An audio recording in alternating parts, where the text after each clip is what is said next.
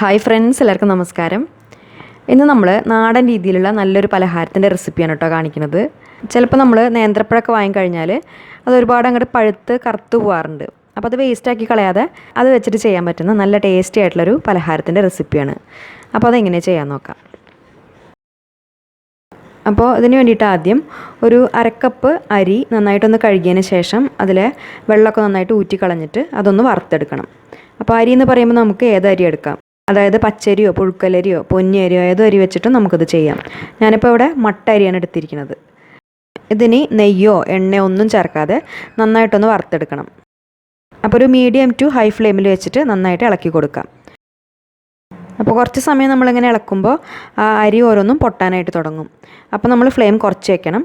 Law ഫ്ലെയിമിൽ വെച്ചിട്ട് അരി നല്ലൊരു കളറാവുന്ന വരെ വറുത്തെടുക്കണം. ഏകദേശം ഒരു ഗോൾഡൻ കളറാവുന്ന വരെ വറുത്തെടുക്കുക. കുറച്ച് സമയം എടുക്കും. ഫ്ലെയിം കൂട്ടി വെച്ചിട്ട് വറുത്തെടുത്താൽ അരി പെട്ടെന്ന് കരിഞ്ഞു പോകും. അപ്പോൾ ലോ ഫ്ലെയിമിൽ വെച്ചിട്ട് കുറച്ച് സമയം എടുത്തിട്ട് തന്നെ ഇതുപോലെ നല്ലൊരു ഗോൾഡൻ കളറാവുന്നത് വരെ വറുത്തെടുക്കുക.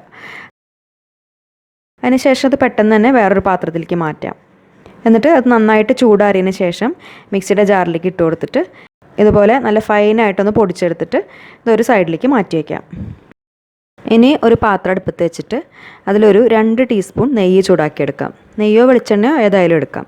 അത് നന്നായിട്ടൊന്ന് ചൂടായി കഴിഞ്ഞാൽ അതിലേക്ക് നമ്മൾ നന്നായി പഴുത്തിട്ടുള്ള 2 മീഡിയം വലുപ്പത്തിലുള്ള നേന്ത്രപ്പഴം ഇതുപോലെ ചെറിയ കഷ്ണങ്ങളായിട്ട് കട്ട് ചെയ്തിട്ട് ചേർത്ത് കൊടുക്കാം. എന്നിട്ട് ആ നേന്ത്രപ്പഴം നന്നായിട്ടൊന്ന് വഴറ്റിയെടുക്കുക. പഴം നന്നായി സോഫ്റ്റായി ഉടച്ചെടുക്കാൻ പറ്റണം. ആ രീതിയിൽ നന്നായിട്ടൊന്ന് വഴറ്റിയെടുക്കുക. ഇതിൽ നമുക്ക് വേണമെങ്കിൽ നട്ട്സൊക്കെ ചേർത്ത് കൊടുക്കാം. അപ്പോൾ നെയ്യ് ചൂടായി കഴിഞ്ഞാൽ ആദ്യം ആ നട്ട്സ് ഒന്ന് റോസ്റ്റ് ചെയ്തതിന് ശേഷം ഈ പഴം ചേർത്ത് കൊടുത്താൽ മതി. ഇപ്പോൾ ആ പഴം ഇതുപോലെ നന്നായിട്ട് വഴറ്റിയെടുത്തിട്ടുണ്ട്. ഇതുപോലെ നന്നായിട്ടൊന്ന് ഉടഞ്ഞ രീതിയിലാണ് വേണ്ടത്. ഇനി ഇതിലേക്ക് ഒരു 4-5 ടേബിൾ സ്പൂൺ നാളികേരം ചേർത്ത് കൊടുത്തിട്ട് അത് നന്നായിട്ടൊന്ന് മിക്സ് ചെയ്തെടുക്കാം. പിന്നെ ഇതിലേക്ക് മധുരം ചേർത്ത് കൊടുക്കണം. അപ്പോൾ അതിന് വേണ്ടിയിട്ട് ഒരു 2 അച്ച് ശർക്കര അരക്കപ്പ് വെള്ളത്തിൽ നന്നായിട്ട് അലിയിച്ചതിന് ശേഷം ഒന്ന് അരിച്ചെടുത്തിട്ടുണ്ട്. അത് ചേർത്ത് കൊടുക്കാം. ശർക്കരയ്ക്ക് പകരം നമുക്ക് പഞ്ചസാര ചേർത്താലും മതി. ഈ സമയത്ത് ഇതിൽ മധുരം നോക്കുമ്പോൾ കുറച്ച് മുന്നിട്ട് നിൽക്കുന്ന രീതിയിൽ തന്നെ വേണം. അപ്പോൾ പഴത്തിൻ്റെ മധുരം നോക്കിയിട്ട് ശർക്കര അതിനനുസരിച്ച് അളവിൽ ചേർത്ത് കൊടുക്കുക. ഇനി ഇതിലേക്ക് ആ മധുരം ബാലൻസ് ചെയ്യാൻ വേണ്ടിയിട്ട് ഒരു നുള്ള് ഉപ്പ് ചേർത്ത് കൊടുക്കാം. അതിനുശേഷം ആ ശർക്കരയും പഴവും എല്ലാം കൂടിയിട്ട് നന്നായിട്ടൊന്ന് യോജിച്ച് വരണം. അതുവരെ ഒന്ന് വഴറ്റിയെടുക്കാം. ഇതിനെ ഒരുപാട് അങ്ങോട്ട് ഡ്രൈ ആക്കി എടുക്കണ്ട. അതുപോലെ കുറച്ചൊന്ന് കുഴഞ്ഞ രീതിയിൽ വേണം. അപ്പോൾ നമ്മൾ ഫ്ലെയിം ഓഫ് ചെയ്തിട്ട് നമ്മൾ നേരത്തെ പൊടിച്ച് വെച്ചിട്ടുള്ള ആ അരിപ്പൊടി ഇതിലേക്ക് ചേർത്ത് കൊടുക്കുക. പിന്നെ അതിൻ്റെ കൂടെ തന്നെ ഒരു 1/2 ടീസ്പൂൺ ഏലക്കപ്പൊടിയും ചേർക്കാം, നല്ലൊരു ഫ്ലേവറിന് വേണ്ടിയിട്ട്.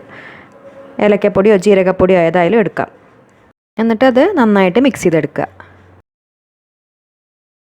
അതിനുശേഷം ചെറിയൊരു ചൂടോട് കൂടിയിട്ട് നമുക്ക് ഇഷ്ടമുള്ള രീതിയിൽ ഇത് ഷേപ്പ് ചെയ്തെടുക്കാം. നമ്മളിപ്പോൾ അരിയുണ്ടൊക്കെ ചെയ്യുന്ന രീതിയിൽ കുറേശ്ശെ എടുത്തിട്ട് നന്നായിട്ടൊന്ന് ഉരുട്ടിയെടുക്കുകയാണ് ചെയ്യണത്.